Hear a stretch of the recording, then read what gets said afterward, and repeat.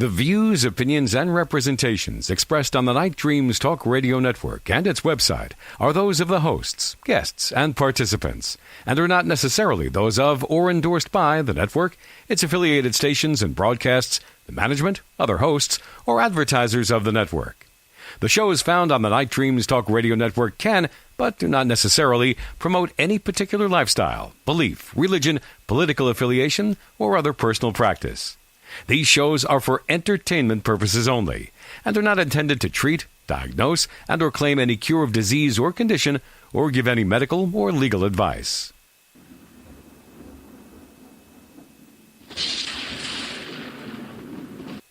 You're listening to my friend Gary Anderson on Night Dreams Talk Radio, the best in paranormal radio. Well, at least somebody thinks it's a good show. I don't know.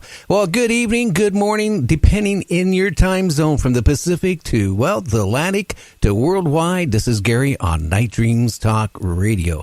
Hey, tonight you want to get yourself, again, another cup of Java, maybe some hot chocolate, maybe find a nice chair to curl up in, because we're going to be talking about Mothman with a great guest tonight, Susan-Sheppard, right after this. Do you have a paranormal story you want to share on Night Dreams Talk Radio? You could be a guest. Email us at nightdreamstalkradio@gmail.com. You can advertise your business on Night Dreams Talk Radio, and you will be heard worldwide. Why not contact us at nightdreamstalkradio@gmail.com. You are listening to Night Dreams Talk Radio Network. From our compound to you worldwide. With your host, Gary Anderson. Well, hi, everybody. Tonight is going to be a great night tonight. We're going to be talking about Mothman and other cryptids probably with a great guest, Susan-Sheppard. Are you there?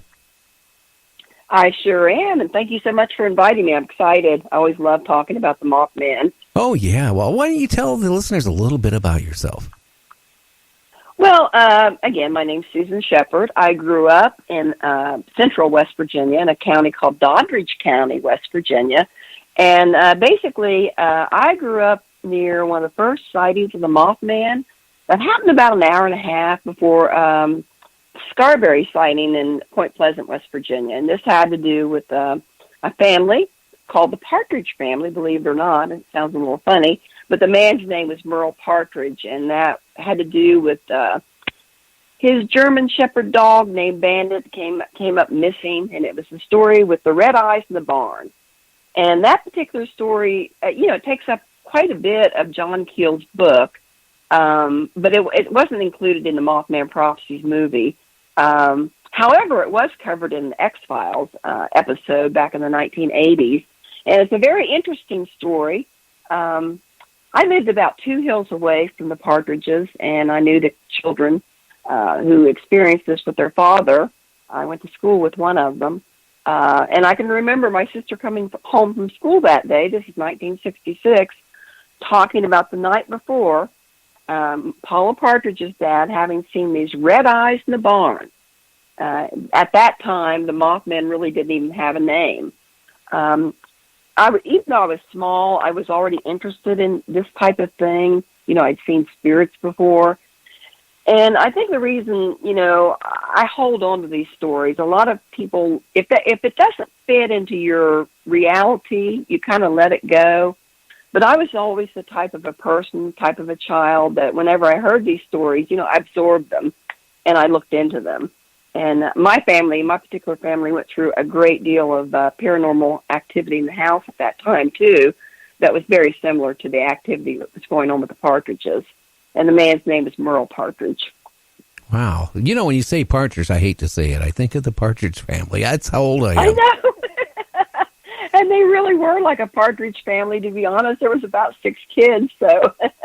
But, that was actually their name, and they lived in a little community called Center Point. John Keel says in his book, Mothman Prophecies, he says Salem, West Virginia. Basically, it wasn't really Salem. It was Center Point, which was in Doddridge County. Salem might have been their mailing address. And then he has Mr. Partridge's name written down as Noel Partridge, and his name was actually Merle Partridge. back in, I'm still in contact with the family. Back in 2008, I was able to, interview Mr. Partridge even further because he was at the Mothman Festival in Point Pleasant. They brought him in, and he's since passed away, as many of those initial witnesses have. But as I said, my family were having a lot of activity as well. I mean, it was a time of high strangeness all over West Virginia.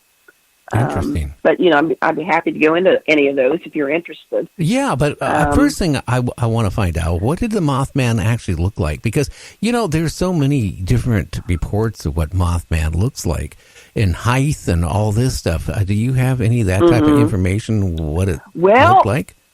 Usually it's about, the creature is said to be about 6.5 feet tall with a wingspan of close to 10 feet.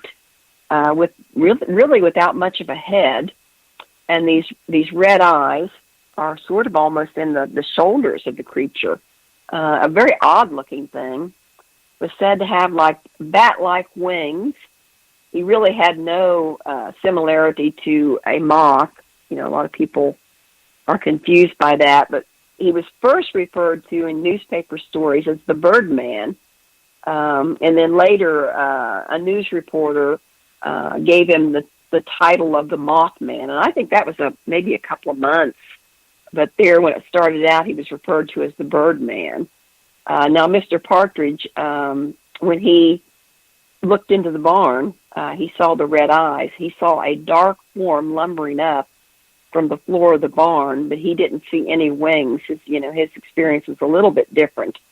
But that was about an hour and a half before the sighting that was in Point Pleasant with the Scarberries. And I'm happy to tell you that story if you want me to. Oh, yes. I mean, yeah. I'm sitting here all excited, It was about 10 o'clock in the evening at a small farming community called Center Point that a man, he was a truck driver by the name of Merle Partridge, was sitting up watching television with his young son, Roger, when the TV set began to make a high-pitched grinding type of sound, and then the picture blanked out. Now, that was before the days of cable TV. That's when you had to have an antenna. And around here, you would have gotten Pittsburgh and Huntington, West Virginia, Clarksburg. Those were pretty much the only stations you would get.